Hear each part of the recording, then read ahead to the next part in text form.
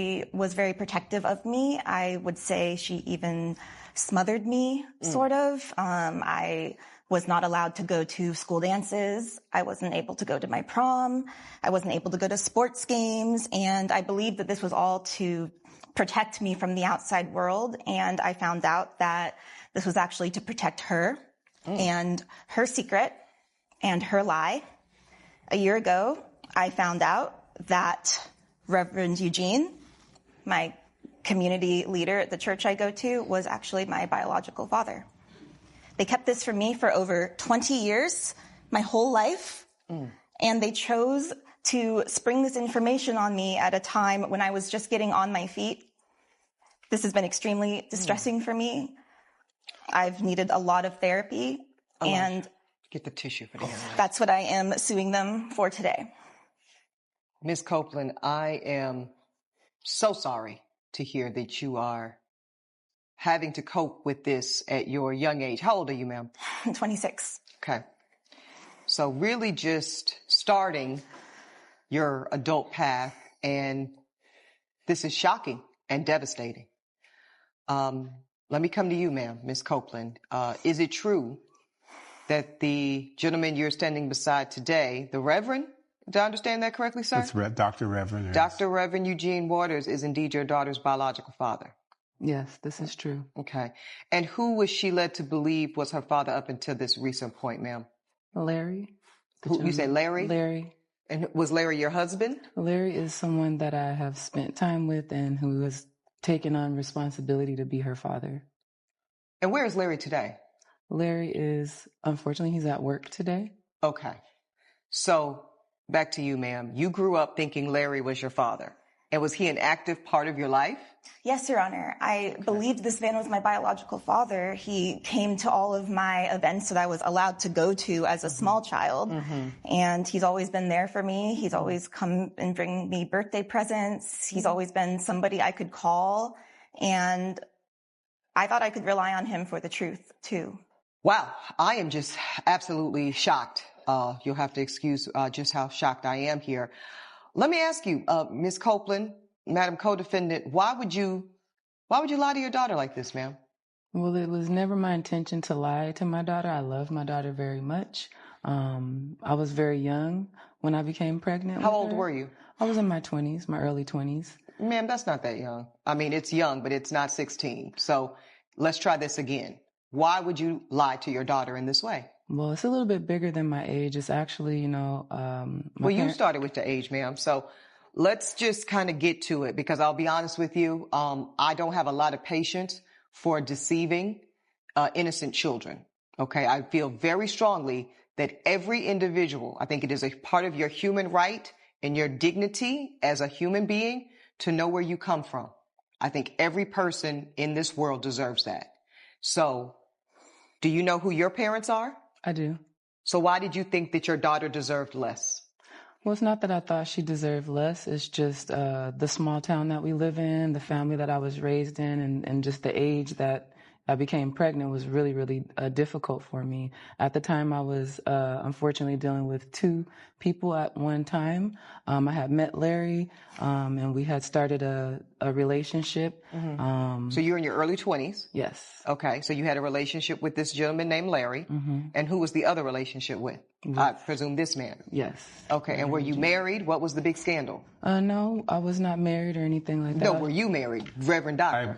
I am and was married, yes. So you were married to the same woman you're married to now? That's correct. Okay, so let's kind of get it all laid on the table today in this courtroom, ma'am. So you were willfully having this affair with a married man, but you were also dating another man. I was. The truth will set you free, but first, it will make you miserable. That's attributed to James A. Garfield. When is it a child's right to know who their biological parents are? I believe that many people would argue that it's a right from birth because it's a part of a person's identity. Others believe parents can delay that conversation until the child is emotionally mature enough to understand it. I do think very few people would argue that a child should never know, especially once they're an adult.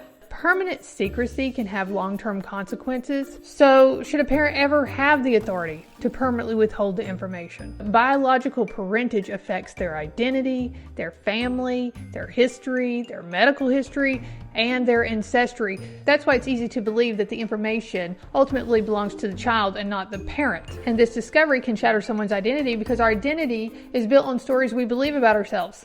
Our family history is part of how we answer questions like, who am I? And where do I come from? And it can create confusion within yourself about your ability to trust yourself and the people around you. Let's keep going. So you made a choice in your 20s, early 20s, to put the baby on this other man because what, he was single? Well, it wasn't that. He was very supportive of me, and he actually wanted to be in her life. At the time that I found out I was pregnant, we actually didn't know who was the father. And how did we find out who the father was? Well, through the town talk, a lot of people were mentioning that she looked and favored Reverend Eugene, and a lot of that talk was happening, and so it made me think a bit, as well as Larry. He didn't push a paternity test. He wanted to be her father and continue to be that figure in her life, but we did end up getting a test and finding out what the truth was. And when did we find out the truth? The truth, maybe when she was in elementary or at So that you've young known age. this man for 20 plus years? I have. So you have known that every day you were looking your daughter, your baby girl, in the face, and you were telling her a lie about who she was and where she came from. That is true. That is true. Yes. How does that make you feel, Madam Plaintiff? I feel betrayed. Yeah, I can see the hurt in your eyes, and I would feel the same. But we are here in court today for a claim of $10,000. Where is this amount coming from, ma'am? Yes, the $10,000, that is my request for support for therapy. I have already gone to therapy for the past 6 months, ever since I found this out a year ago. That's when you found out, 6 months ago. And I found out a year ago. You found out a year. And how did you find out? So I was actually on the way to go and discuss purchasing a new house when I got a call from Reverend Eugene, who we don't have a close relationship. He's the leader of my church that I've always gone to. And so I figured it was about something for youth group or some sort of leadership position. And so what did Reverend Eugene want? Well, he said that he wanted to get together for lunch. So I drove back home and met him at this little diner, and I was open. I said, what is it that you need? And he was being evasive. He was being cagey. He was saying, well, let's just wait a minute. And this was just the two of you? It was just the two of us until my mother walked in the door. Okay. So you were summoned basically to a sit down by the two of you to finally, after 20 years of withholding and lying the truth, tell her her real identity. Yes. So let's get you into this conversation, the good Reverend Doctor, because you're a grown man. You're an adult. Why did you agree to keep this lie from really your daughter? It seemed at the time that it was maybe in her best interest and in mine. I'll just say that. Thank you for the honesty, because we all know that that's really and I had a wife, so the that priority. played into it. And do you have children with your wife, sir? Yes, I do. So you have a family. Well, I had a family. Yeah, my daughter got cancer. Oh, I'm sorry. And had a long illness, and she passed away. Okay. And my son, a few years. So, right, but you know this young lady through the church, but you didn't know it was your sister. So you never even got to have a relationship with her. No. My God, this just goes from bad to worse, sir. Okay, so your daughter passed. That's very tragic. And I had a son, and a few years later, he was riding his motorcycle without a helmet, stupidly. Spent some time in the hospital, and he also passed away. Oh, my goodness. So you've lost all your other children. Yes, I have, ma'am. And so Miss Copeland here is your last remaining child. Yes, my last child. Oh, my gosh. This is just unbelievable. So at 26 years old, you're finding out for the first time, ma'am, that this indeed is your father. And how does it make you feel to know that they've known almost your entire life? It makes me feel like my entire life has been based off of a lie. Mm-hmm. My mother always raised me to be honest and to tell the truth. That was something she instilled in me. Sure.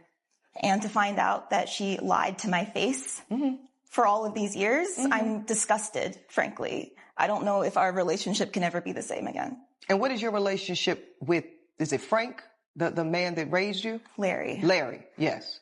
Our relationship is still good. He has moved away, but we still talk. Okay. It's been a little fractured since all of this has gone on, but he did assure me that this entire lie was all my mother's idea.